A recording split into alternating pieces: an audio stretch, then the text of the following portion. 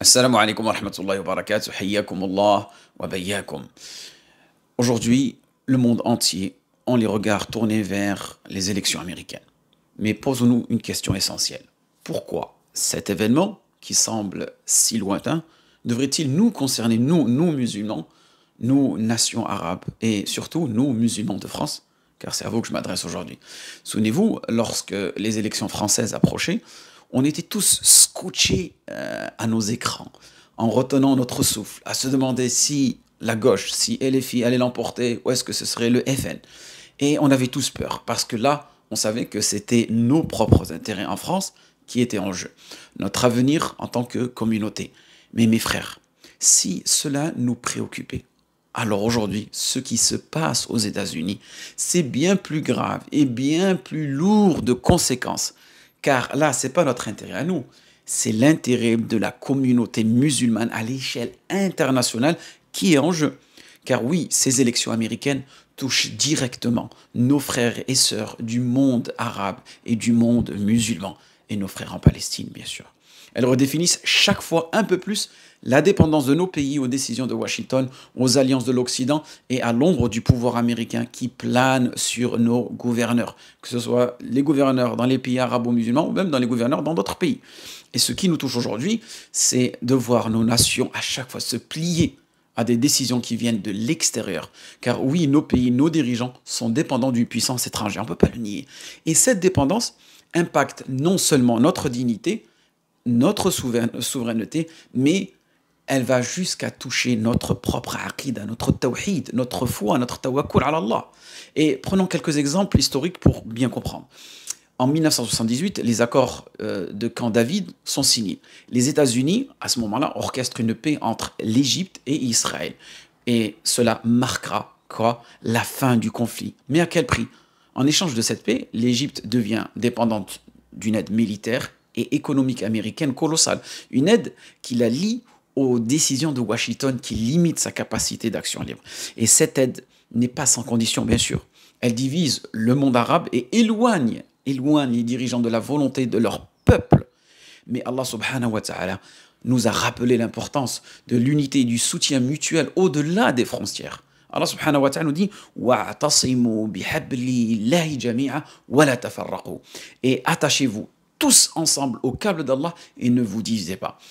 Ensuite, comme vous avez pu le voir, en 1990,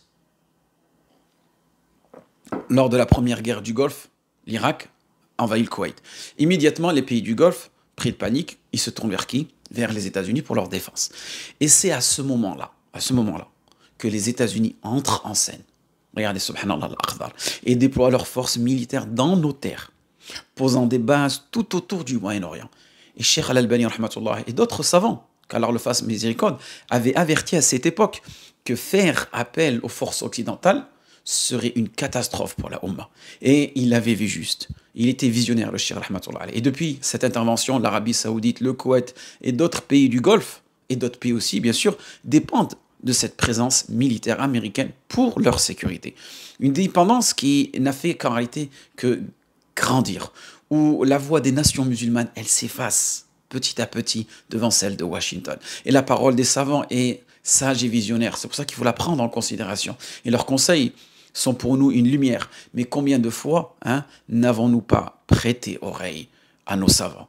Et cela aussi nous rappelle que notre véritable force, Allah barik fikoum, est dans l'unité de la communauté Mohammed sallallahu alayhi wa sallam. N'oubliez pas, quand le prophète sallallahu alayhi wa sallam est arrivé à Médine, il a rassemblé les muhajiroun et les ansar et il les a soudés par la fraternité, créant ainsi une véritable communauté. Le messager sallallahu alayhi wa sallam n'a pas cherché à créer une coalition entre les muhajiroun et les tribus comme Banu Qurayda ou Banu Qaynuqa. Non, en aucun cas. Car cette unité devait être fondée sur la foi, l'iman, sur le tawhid, sur la aqidah sahiha, pas sur des alliances fragiles ou des intérêts externes. Il savait que la force de cette communauté, elle résidait dans sa sincérité, dans son ikhlas et son attachement à Allah subhanahu wa ta'ala, et non pas dans des accords d'intérêt. Les intérêts, ça part, ça revient. Et c'est ainsi qu'ils ont bâti une communauté forte, capable de faire face à toutes les épreuves, na'am, à toutes les épreuves. Et en 2020, nous voyons une autre démonstration de cette influence américaine avec les fameux accords d'Abraham sous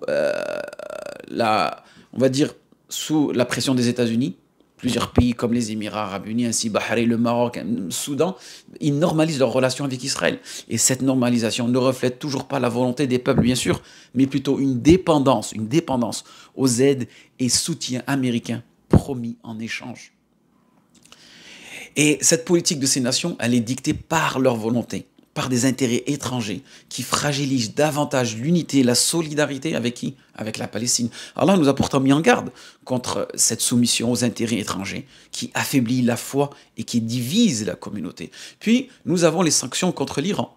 Même si l'Iran, ce n'est pas le meilleur ami des pays sunnites, ces sanctions américaines n'affectent pas seulement l'Iran, mais aussi les pays voisins. Ça a un impact. Et qui se retrouvent contraints de limiter leur coopération sous peine, eux aussi, de représailles américaines. Et cette pression, elle fragilise les liens entre les nations musulmanes. Et Allah subhanahu wa ta'ala nous a dit dans le Coran, Ya ayyuhalladhina amanu la tattakhidul kafirina awliya min dunil mu'minin. Oh, vous qui avez cru, ne prenez pas pour alliés ceux qui ont mécru, au lieu de prendre les croyants comme alliés. Et enfin, les alliances américaines avec des régimes autoritaires, en échange de quoi? De stabilité. Ça, c'est encore un autre exemple frappant. En soutenant certains régimes, comme en Arabie Saoudite ou en Égypte, les États-Unis, qu'est-ce qu'elles ont fait? Elles ont garanti leur stabilité à ces pays-là, mais au prix de quoi? De la liberté et de la légitimité. C'est ce qu'il y a de plus cher pour le musulman. Et ces dirigeants, quelque part, ils sont contraints d'adopter des politiques qui vont parfois à l'encontre de leur propre peuple pour préserver cette alliance. Cela affaiblit la légitimité de nos dirigeants et nous rappelle tristement une dépendance aux volontés étrangères. Et au fond, pourquoi avons-nous besoin d'un wali al-amr en réalité?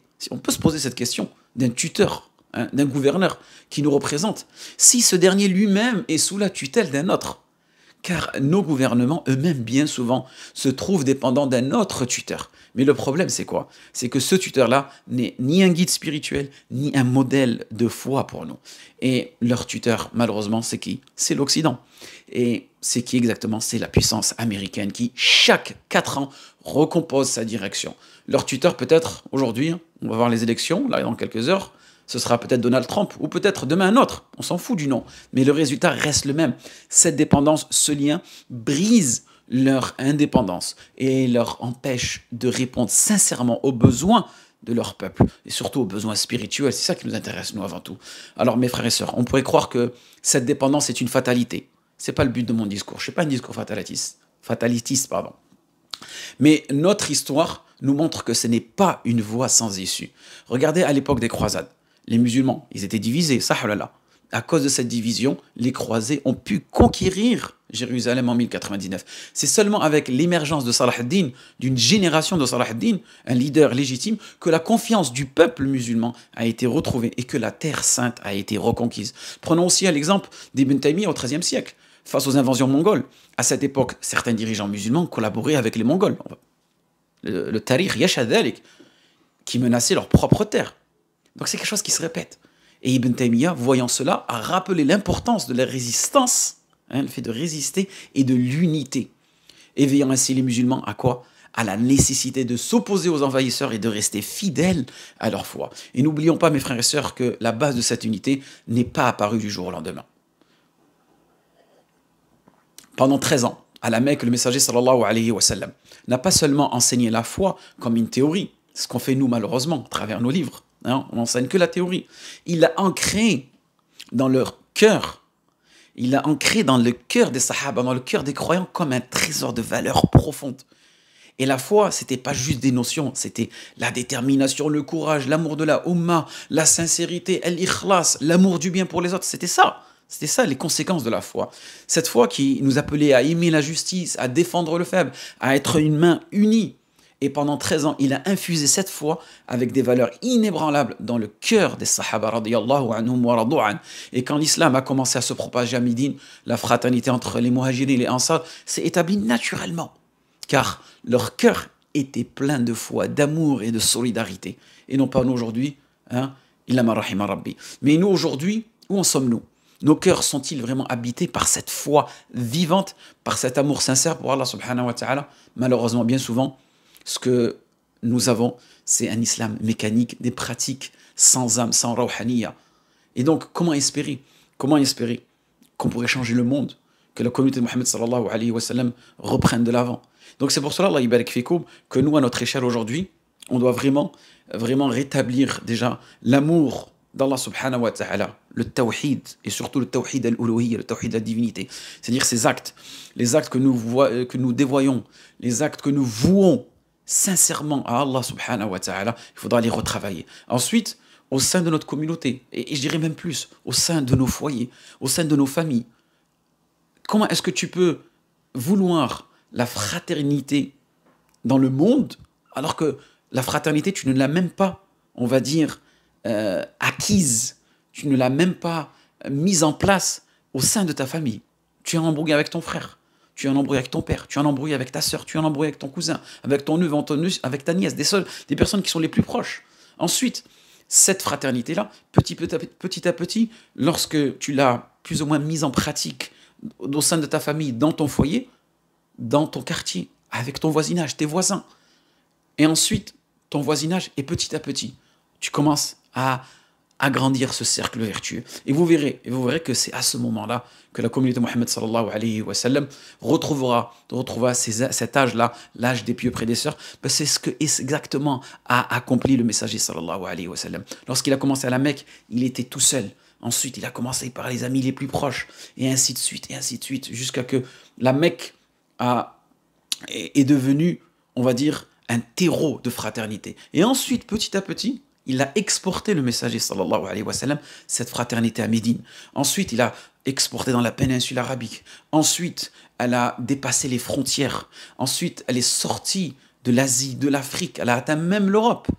Parce que cette fraternité, elle était structurée, elle était sincère. Donc, on demande à Allah subhanahu wa ta'ala qui nous montre la voie de la fraternité, en espérant que ce rappel ait été bénéfique pour vous et moi. Waffaqakumullah lima yuhibbu wa yarda. Khayr da'wana. Alhamdulillahi rabbil alamin.